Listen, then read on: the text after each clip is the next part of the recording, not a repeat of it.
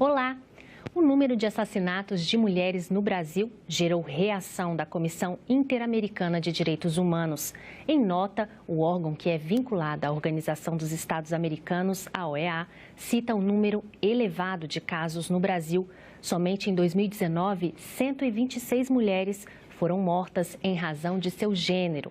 E para falar desse e de outros assuntos relacionados à mulher, nós convidamos a senadora pelo Rio Grande do Norte, Zenaide Maia. Ela atuou como vice-presidente da Comissão de Direitos da Mulher na Câmara dos Deputados. Esse é o Cidadania Mulher, o seu espaço de debate sobre os temas femininos. Senadora Zenaide, muito obrigada pela entrevista. Seja bem-vinda aqui ao Cidadania Mulher. Muito obrigada, Paula, e a vocês que vão nos assistir. É um tema bem real e a gente tem que dar visibilidade a esse problema, porque atinge mais de 50% da população mundial e aqui no Brasil, do Brasil.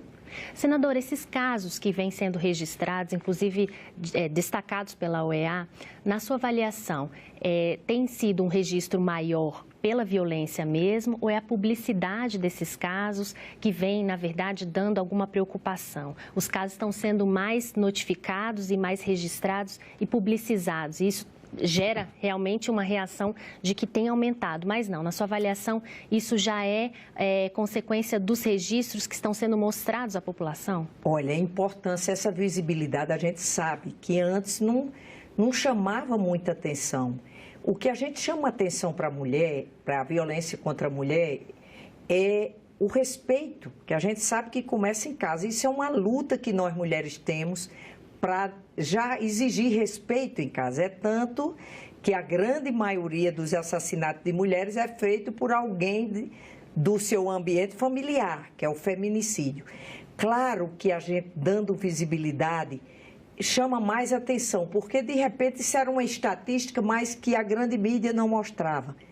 A gente sabe que eu acho que tem, isso não é o subregistro, porque é aquilo que deixou de ser registrado. A violência em si, sem o assassinato de mulher, o subregistro ainda existe. Eu, como médica, que trabalhei em pronto-socorro, eu vi muito isso. Mulher, quase não existia nenhum plantão que não chegasse alguma mulher agredida. E geralmente uma agressão mais grave, porque quando não é grave não vem nem ao serviço médico. E ela não registrava com medo, que aí é onde a gente entra no empoderamento. E eu costumo dizer, o empoderamento não é só o empoderamento do poder aquisitivo de dinheiro. A gente precisa se empoderar com conhecimento. Senadora, e nessa questão do empoderamento, infelizmente hoje a classe mais vulnerável, mulheres mais pobres e negras ainda são as mais atingidas. A senhora, inclusive, mediou no ano passado, no fim do ano passado, um seminário sobre isso. O que a senhora pôde perceber? Ainda é a grande vítima dessa violência, ainda é a mulher negra e mais carente? É, mulher pretas e pobres, é da classe mais baixa. E, inclusive, nos estados reduziu o feminicídio, como a região sul e sudeste, mas aumentou muito o feminicídio e a agressão à mulher preta e pobre. Aí a gente esbarra nisso aí, empoderamento, o empoderamento do conhecimento. Porque hoje eu chamo a atenção, Paula, e a mídia, e essa casa que é a casa do povo, que eu digo sempre que quem criou os poderes foi o povo, para ordenar e garantir os seus direitos. Os poderes não foi aqui, essa casa, ou o presidente, ou o judiciário. O povo criou os poderes para ordenar e garantir os seus direitos. Então, se os direitos de mais de 50% da população, que somos nós, mulheres, não estão sendo respeitados, a gente parte. O que é empoderar a mulher? É exigir respeito. É educar essa mulher que a gente já ganhou, a gente aumentou muito isso porque a gente chegou aqui. Eu cito o exemplo, eu sou uma filha mulher de 16 filhos e 8 homens e 8 mulheres. Mas meu pai, apesar de ser de 1911, não ter nem o primeiro grau completo, ele tinha uma visão grande, meu pai e minha mãe, que costurava para ajudar, que mulheres também tinham que ser educadas. Porque se a gente não tiver acesso à educação, ao conhecimento, informação é poder.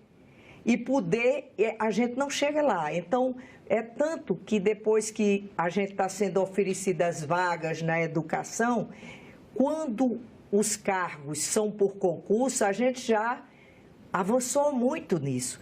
Mas nos locais de decisões, a gente ainda é bem abaixo. Eu digo o exemplo aqui, a representação feminina é menor, tanto na Câmara como no Senado, do que aqueles países que usam burcas. As mulheres têm maior representação. É por isso, senadora, que quem sabe a lei da Maria da Penha, apesar de ser uma legislação atual, né, acima até de muitas legislações no mundo inteiro, ela ainda não consegue coibir totalmente essa questão da violência e da morte das mulheres. É porque a educação, na sua avaliação, é mais importante até do que as penas ou a forma de coibir. Eu acho que é por igual. Nós temos que ter leis duras, mas está provado que só as leis não resolvem. Por exemplo, em 2015, a gente aprovou o feminicídio como crime hediondo. Isso não impediu de uma estatística como está aí. O meu estado de Rio Grande do Norte são 5 feminicídios esse ano. Desses 126 que a OEA mostrou aí, 5 são do Rio Grande do Norte, já sabe quem são os agressores. A maioria se sabe quem são os agressores, porque os agressores são muito próximos. Então, por isso que eu digo que a educação é importante. Tem que já educar, dizendo que a mulher, nós temos que exigir respeito, entendeu? E também temos que ter leis bastante duras, mas também tem, por exemplo, nós temos um projeto de lei aí que a gente criou cotas, obrigatoriamente, que 10%, 15% nos parlamentos, no parlamento aqui, mas infelizmente a gente não aprovou, porque o México tem mais de 40% de representatividade feminina e essas cotas seriam só para 3 ou 4 legislaturas para a gente se empoderar e poder levar adiante. Nós temos menos representação feminina aqui no Congresso Nacional do que Colômbia, do que Chile, do que Peru, do que Argentina. A Colômbia, eles tiveram dificuldade, por exemplo, porque não tinham mulheres qualificadas. Graças a Deus, isso já não é o grande problema da gente. Então, eles criaram um instituto para qualificar índios, índias e tudo, para poder aumentar a representação. E todos esses países, para poder chegar pelo menos a 40%, precisou de cotas, entendeu? Então, nós temos que fazer parte das câmaras altas, médias, estado, município. Eu digo isso porque o Rio Grande do Norte a gente é muito avançado nisso. A primeira mulher prefeita da América Latina, do Rio Grande. Alzira Soriano, foi do Rio Grande do Norte. A primeira mulher a votar foi do Rio Grande do Norte. Então, a gente tem as mulheres do Rio Grande do Norte, mas ainda estamos muito aquém. Nós só temos uma representação no Senado. Lembrando que o Brasil está na posição 115 entre os países que têm representação de mulheres na política. E nós temos estados, por exemplo, a Paraíba, a menina disse, foi a primeira deputada federal que a Paraíba teve a representação esse ano, que está aqui no Senado, a primeira senadora paraibana. Então, voltamos para isso, empoderar, tem que ter mulheres, porque isso já é comum.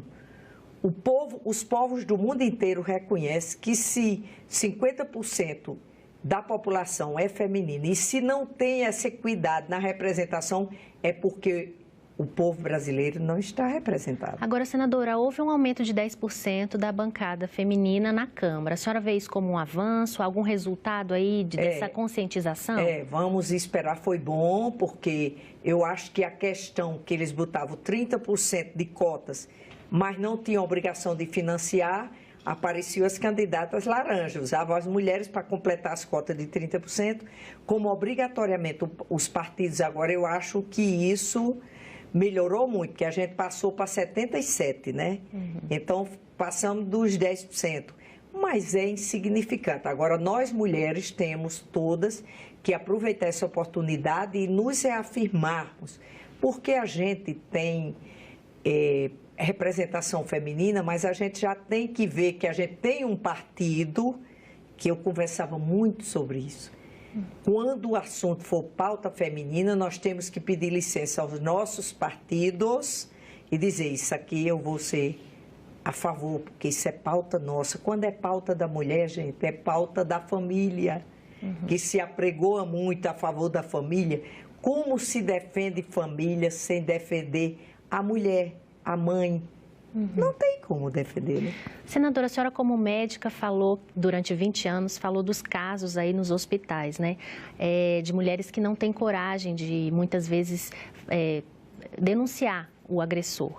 Na Câmara, houve uma aprovação de um projeto, a senhora até participou do debate, de que possibilita que não só juízes tirem esse agressor do ambiente onde essa mulher está, né? No caso, muitas vezes, o marido, o companheiro. Porque isso só era possível por juiz. Agora, com essa proposta, que deve ser analisada pela Câmara, policiais também poderão fazer esse afastamento do lar. A senhora acha que essa medida ela pode facilitar? Porque muitas vezes as delegacias elas estão fechadas, os tribunais também, onde os juízes ficam, também estão fechados no momento de agressão, né? Isso vai facilitar na sua avaliação essa retirada, essa diminuição da violência? Não tenha dúvida, porque eu trabalhei em pronto-socorro, como eu lhe disse, durante muitos anos e muitas mulheres agredidas, quando eu ia orientar, elas não queriam, porque diziam, se eu voltar e chegar em casa, se eu tiver prestado queixa, doutora Zenaide, ele provavelmente vai me matar. Então, como essa mulher vai prestar queixa se ela vai voltar onde está o agressor? E como muitos municípios brasileiros não têm delegacia de mulher, que é uma minoria, não tem juízes de plantão na comarca e muitas vezes não tem nem delegacia aberta, a delegacia geral. É claro que ela não vai. Vai. Muitas vezes eu queria orientar e dizer, mas como eu vou voltar para casa? Além disso, tem a questão da dependência financeira. E é isso que, inclusive, a senhora luta em outras frentes relacionadas à mulher, que é a questão da reforma tributária solidária. A senhora defende muito isso, até porque grande parte da população, dos chefes de família, são mulheres. E hoje as mulheres ainda recebem um salário inferior, na maioria das vezes, né? Então, tem uma reforma solidária, uma reforma mais justa, né, nos tributos, para facilitar a vida financeira dessas mulheres, as cotas também no serviço público e em outras áreas. Fala um pouquinho, senadora, sobre esses trabalhos que a senhora pretende defender aqui no Senado com relação a facilitar, a permitir a independência financeira dessas mulheres. Olha, eu costumo dizer que a gente é do social, muitas vezes só relaciono nós parlamentares femininas com social. Nós mulheres, eu costumo dizer que você pode ter qualquer profissão, mas você já é um economista, porque a dona de casa, ela vai à feira, ela vai às compras.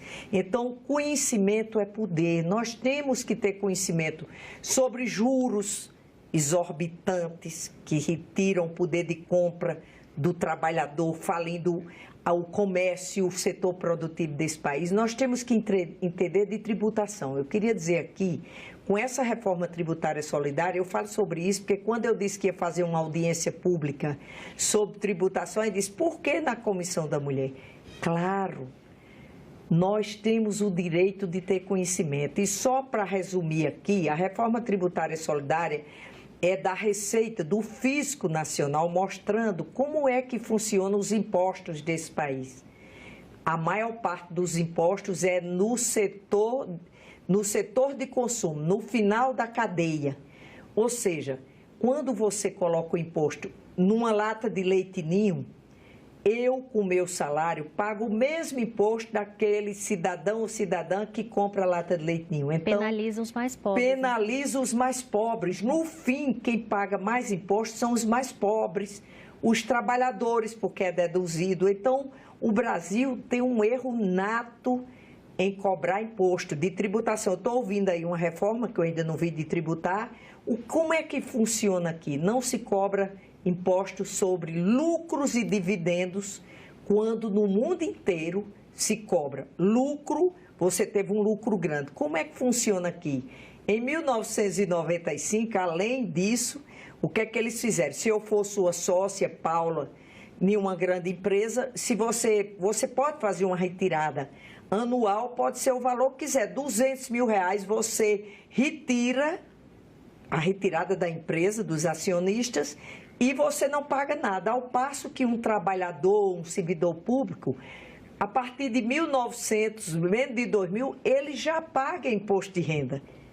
Como é que alguém pode fazer uma retirada de 100, 200 mil reais e não pagar imposto? Que eu costumo dizer que deveria ser mais alta a cobrança de imposto.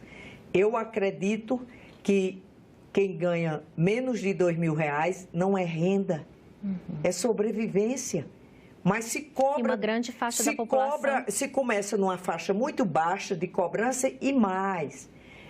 A partir de R$5.000, 5 mil e pouco, você já paga 27,5. Como é que não existe outra taxa? Uma alíquota você maior, ganha né? 80 mil, 100 mil reais por mês e paga 27,5 como o trabalhador que ganha 5 mil. Agora, o ministro da Economia, há cerca de 2 semanas, falou que tem interesse em discutir, em aprovar a tributação sobre lucros e dividendos. A senhora espera que esse governo vá fazer realmente essa mudança? Vai, eu espero que a gente, o governo e o Congresso, eles devem a essa população brasileira algo que pode tirar dos ombros desse povo. Por exemplo, os juros.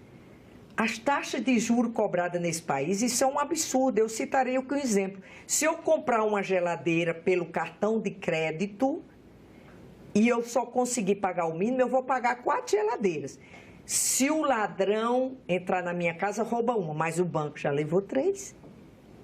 Então, eu tenho uma PEC lá, a 160, que limitava os juros dos cartões de crédito, cheques especiais, é no máximo 3 vezes a taxa Selic. A gente não interferia na política monetária do Banco Central, mas foi retirado de pauta da Comissão de Constituição e Justiça 2 vezes a pedido do então ministro Meirelles. A senhora espera que dessa vez essa proposta vá à frente? Porque é o seguinte, eu pedi muito o apoio do comércio, da indústria, gente, ninguém sai de crise financeira sem investir em quem gera emprego e renda. Não é tirando R$6, R$8 do salário do trabalhador, de quem ganha mínimo. Não é... Porque isso é simples, não precisa ser economista. Se você tira o poder de compra da população, você tira o poder de venda do comércio, você tira o poder de venda da indústria e esse governo arrecada menos. Então, eu não vejo nenhum projeto. Eu queria dizer assim como é aqui. Ninguém se preocupa, eu já queria entrar nessa reforma da Previdência. Não sou contra de tirar as distorções que existem. Mas a senhora é a favor dessa questão da idade mínima ser igual para homem e mulher? Não, acho que nós temos 3 jornadas de trabalho e temos que se a gente for calcular, a gente vai mais. Mas eu vou mais longe. Uma Previdência que se fala que está falida, em dezembro de 2017, foram 3 medidas provisórias para grandes empresários que só em 2018 deixou de arrecadar o governo federal 13 bilhões. Esses são dados da própria medida provisória. Outra medida provisória foi para anistiar os patrões, nunca pagaram, os grandes agropecuaristas, nunca pagaram o fundo rural patronal. 18 bilhões que a Previdência deixou de receber só em 2018. Mas essa ainda eram empresas brasileiras, doía menos. O Brasil, em 2017, esse Congresso aprovou uma medida provisória em dezembro de 2017, anistiando por 25 anos 6 petroleiras estrangeiras. Shell, Brito Petróleo. Agora me perguntem quais os impostos. Imposto de renda retido na fonte, imposto sobre produto industrializado. E isso tudo prejudica uma trabalhadora rural, por exemplo, uma mulher que trabalha muito durante anos e vai ter que se aposentar com mais tempo de serviço e ganhando pouco e contribuindo sempre na mesma proporção. Como você pode dizer a idade mínima para um país continental? É claro que o Norte e Nordeste, o pessoal vive menos. Você não compare um executivo que trabalha na Avenida Paulista com direito a planos de saúde, uma medicina privada. A vida média dele não é igual à do trabalhador rural. É claro que não. Então, essa reforma tem que ver isso. Agora, eu aconselharia que o governo, primeiro, cobrasse dos grandes devedores, não fizesse mais medidas provisórias, anistiando os devedores, cobrasse dos sonegadores. Porque assim, não passe a ver só o trabalhador e o servidor público como se ele fosse o vilão. Dessa forma, a gente consegue atingir menos, principalmente as mulheres que hoje são chefes de família e compram aí uma geladeira, às vezes, no cartão de crédito, pagando 4. O banco leva 3 e se o ladrão for na casa dela, leva 1. E recebem um salário, às vezes, muito menor, né? Ou proporcionalmente menor. Por exemplo, hoje um homem que ganha R$1.000 no Brasil, uma mulher na mesma função ganha R$750. Então tem um poder de compra muito menor. Essa mulher que muitas vezes cria os filhos sozinha, chefe de família e tem um poder aquisitivo muito menor. Senadora, além dessa pauta econômica, de finanças, orçamento, a senhora pretende, por exemplo, participar da Procuradoria da Mulher? É um cargo que hoje está vago. A senadora Vanessa Graziotin saiu por conta do fim do mandato dela e o cargo está vago. A senhora pensa em algum nome ou pensa em ser a Procuradora da Mulher? Nós vamos nos reunir, a bancada feminina, e a gente vai ver isso.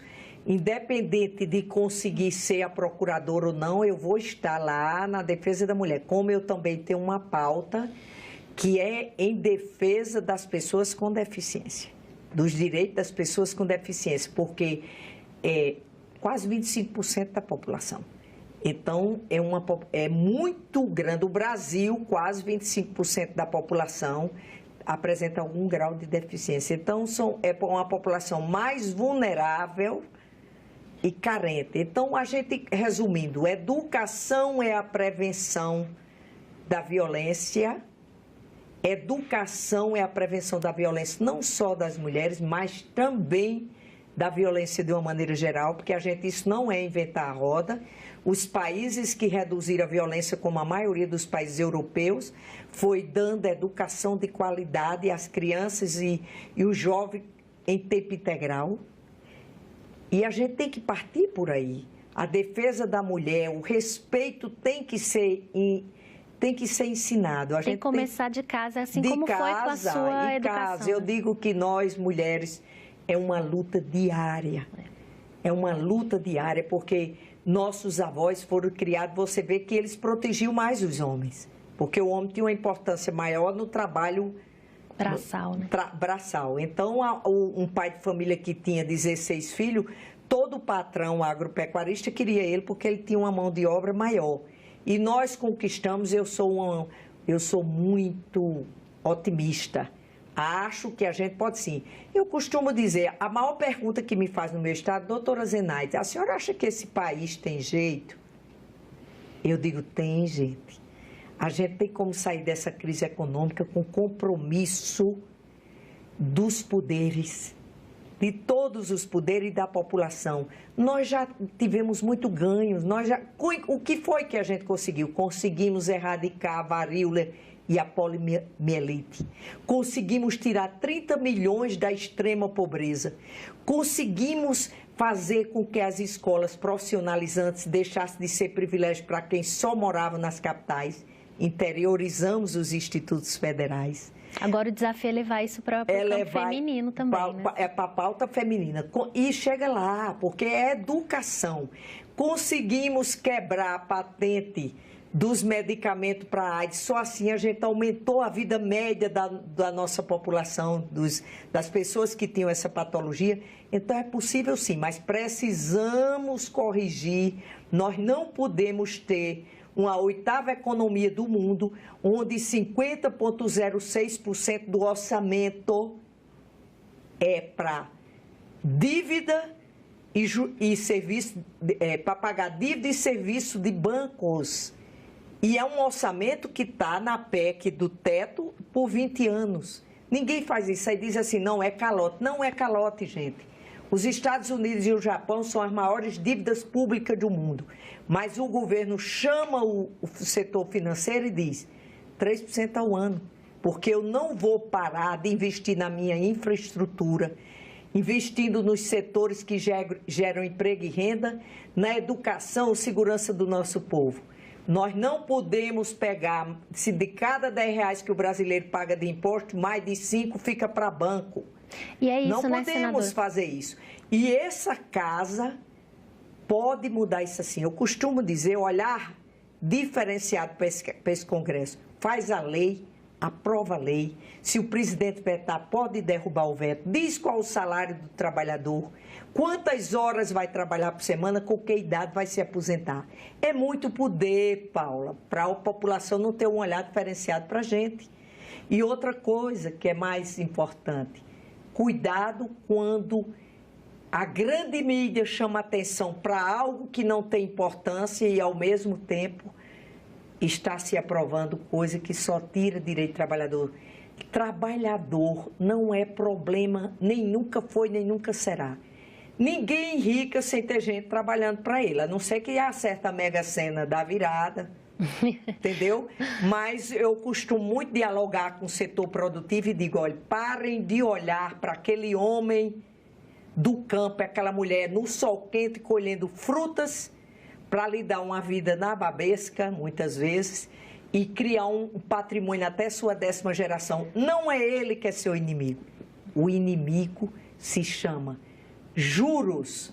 O setor, os bancos faturando bilhões, mesmo os bancos estatais. Senadora, é importante essa informação sobre economia, a mulher tem que estar inserida nessa questão até para ter sua independência financeira e vamos torcer para que o governo e o Congresso aprovem medidas que facilitem esse poder aquisitivo também, né, da população feminina. Muito obrigada pela entrevista. Obrigada a você, eu vou estar aqui sempre, tenho minhas opiniões e aquilo que eu sempre digo. Informação é poder. Bom, se você quiser rever, baixar ou repassar o link desse programa, é só visitar nossa página na internet no endereço senado.leg.br/TV ou então o canal da TV Senado no YouTube. E se você quiser fazer algum comentário, crítica ou sugestão, você pode telefonar para o 0800 61 22 11. Obrigada pela atenção e até o próximo Cidadania Mulher.